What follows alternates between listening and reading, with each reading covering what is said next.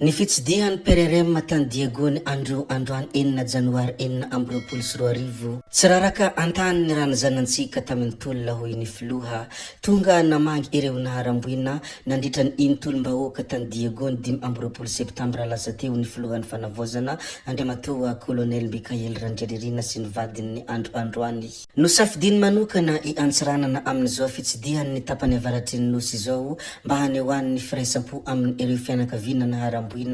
nanome tokony filoha fa tsy ho raraka antany ny ranozanantsika tamin'ny tolona mavaivay izay niarahana nanao hoy izy. Nanome voninahitra ny herimpony ireo tanora any amin'ny faritra avaratra sy ny olona rehetra niara-nientana tamin'ny tolona ihany koa antenany nandritrany izany. Mbola tany Diego hatrany moa dia nitondra kabary mazava nampitahetaheta ny vahoaka ny solom-bavambahoaka depute Reglazy nandritra ny fitsidihan'ny filohan'ny fanavozana dia nanao kabary hentitra Ibrahim Issa Charles na hoe Bora Reglazy ilay solom-bavambahoaka ny Madagasikara. Ny amin'ny resaka jiro hoy izy dia mbola mahazo delestazy Diego ka nangataka vaholana maika izy ho famonjena ny vahoaka. Ny amin'ny rano kosa dia tsy ampy ny rano eto an-tanàna koa dia nangataka fanamboarana forazy haingana mandrapafy tany tetikasa avy amin'ny ministera ny rano. Ny amin'ny resaka sekrenina kosa dia nasian'ny resaka ihany koa nasiany tsiny ny conseil d'administration izay nolazaina fa mpamono sekrenina ka tokony ho laharam-pahamehana ny fanamboarana sambo eto an-toerana. Ny eta federal koa dia nambarany fa tadiavim-ponina ao Diego izany ho antena fandrosoana marina. Mazava moa ny hafatra izay nambarany mitaky vahaolana sy fihetsika mazava avy amin'ny fanjakana ny solom-bavambahoaka ho an'ny tombontsoan'ny faritra. Pastera Mayol ilay mpaminany kalaza lafahiny ary anisan'ny mbola tena manana ny lazany ankehitriny. Nitondra hafatra ho an'ny fitondrana mijoro ankehitriny moa ity Pastera Mayol ity ary notsondriny manokana ny hoe izaho sy ny faminaniko hoy izy dia milaza zavatra hitranga foana. Amin'ny fotoana ilazako ny zavatra iseho dia betsaka ny tsy mino ary tsy lozika ihany koa ny zavatra izay teneniko nefa mampalahelo rehefa mitranga ny zavatra izay resako izy dia betsaka ny manadino. Ndeha haraharantsika kely moa ny faminanina sy ny fanazavana ary ny hafatra izay ambarany ity Pastera Mayol ity izay mentefa amin'ny fitondram-panjakana ankehitriny ary mentefa ihany koa amin'ny vahoaka malagasy. Mijery ny tantaran'ny Jonany itsika amin'ny Baiboly misy faminanina nge meny Jehovah Jonany mandany anao fa oravany Ninive fa rehefa nibebaka le ponina ataon'ny Ninive nanomboka tany amin'ny mpanjaka nibebaka de tsy naringan'Andriamanitra indray le tanàna Ninive de tezitra be Jona za zao paipain'ny olona eto ampaminany sambo kaiza le faminanina hoe oravany ty tanàna ty kaiza zay rava eo opapain'ny olona fa nitsika koa zany za zao de efa milaza mpitondra fanjakana am'izao fotoana zao io zany vahiny no anao an'io fanonganam-panjakana io anakarama olona na sivily na maramila ho karamainy zareo anongana fanjakana eto de le teny hoe mitsangana aoka itombanda ho an'ny firenenao sy ho an'ny fiangonana de za zany eto tonga de efa manome hafatra mihitsy amin'ny fitondrana misy am'izao fotoana zao mitsangana de aoka itombanda itsika mpitondra fanjakana am'izao fotoana zao fa isy io zavatra ho ataon'ny olona anonganana sy ikitikitihana an'ity fanjakana ty fa rehefa miara mitsangana tsy ny mpitondra fanjakana ihany fa itsika malagasy rehetra tokony miara mitsangana daholo itombanda hiaro ny firenetsika amin'ny vahiny izay mbola mifesy mamatotra eto amintsika ka hitady ny fomba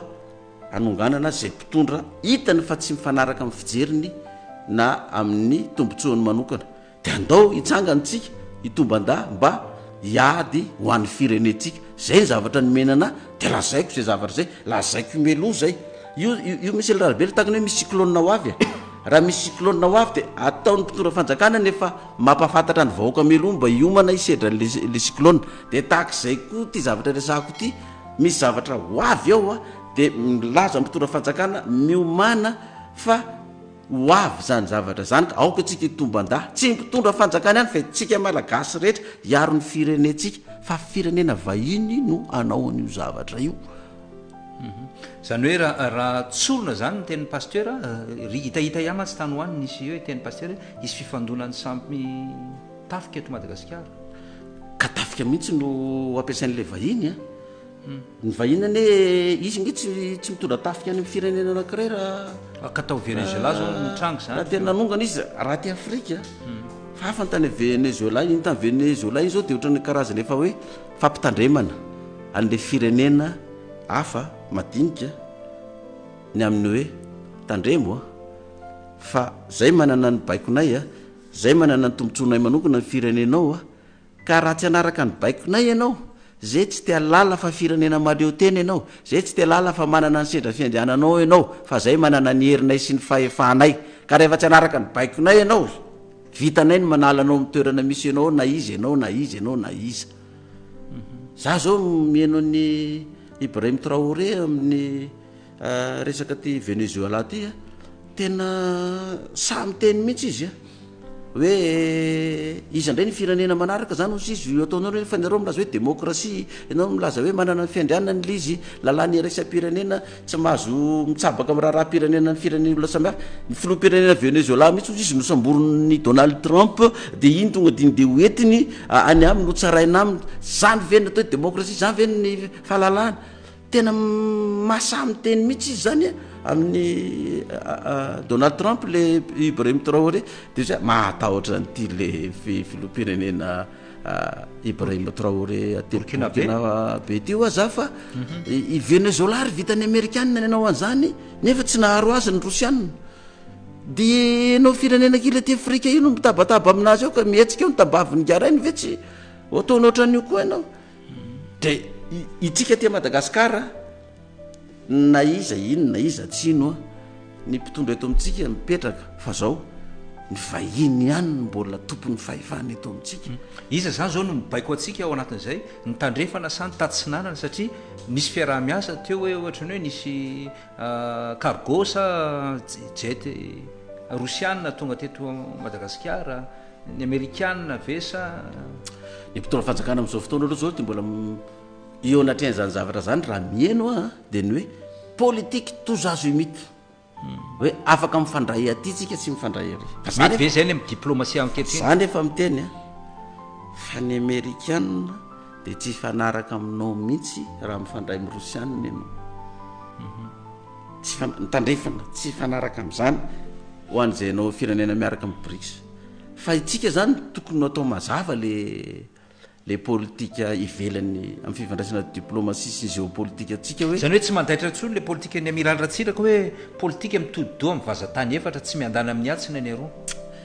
tsy mandaitra trony zany zao raha zava-misy ny ainantsika nandritry n'le fitondrana teo aloha reny ary profesora Jona Ratsimbazafy modia ny tonga ny fanehoan-keviny tao anatin'ny pejiny sarotra ny fanavaozana noho ny kajikajy mpifidianana hoy profesora Jona Ratsimbazafy sarotra ny fantoka amin'izany fanavaozana izany raha samy efa be kajikajy irotsaka ho fidina ho filoha rampitso ny mpitondra amin'izao tetezamita izao satria samy efa mieritreritra ny hanangom-bola amin'ny propagandy hoy profesora Jona Ratsimbazafy tao amin'ny pejiny raha nitondra ny fanehoan-keviny zay ihany koa no namarana ny videontsika ary tompoko vavy sy tompoko lahy koa dia mankasitraka anareo na vitanahino hatramin'ny farany ary mbola manentana anareo foana ny mbola hanaraka ny video manaraka izay alatsaka iaton'ny sesisesy zay fa tsy halavenay ny resaka hametra veloma izay veloma vetivety amin'ny manaraka indray no manao ny misimisy veloma ary tompoko lahy veloma tompoko vavy